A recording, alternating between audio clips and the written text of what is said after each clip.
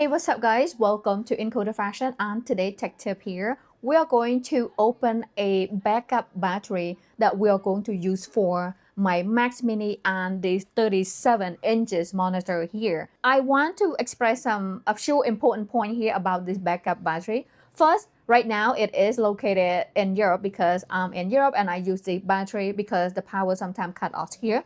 And another point that I want to mention here, so before we are going to use this battery, make sure you want to charge it between 6 to 8 hours ahead before you are going to plug your devices in. For example, I use the battery for my Max Mini computer, which is right there behind me.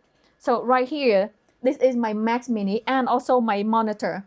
And this battery here, guys, is supposedly lasts between 3 to 5 years if you guys are living in a normal condition.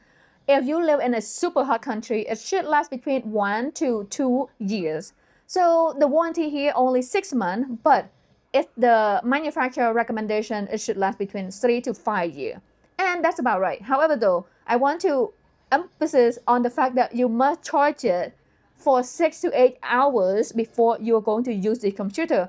Make sure when you bought it, open it up, plug it to the wall between 6 to 8 hours, and then you continue plug into the wall, but you plug your devices in, such as Mac Mini and your monitor. You do not want to let it drain out completely when the power cut off, because that will diminish the product or the life of the battery. You want to do your best to turn your computer off when, or finish it, whatever, a few minutes, and you don't want to leave until it run out. For example, right now, brand new like this, it could last. It's like depend on how many items you have on plugged into this. For me, I only have Max Mini and my monitor.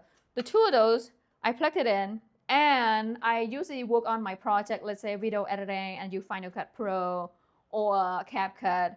So I have time to turn it off. I don't have to wait till I'm finished my game and so on.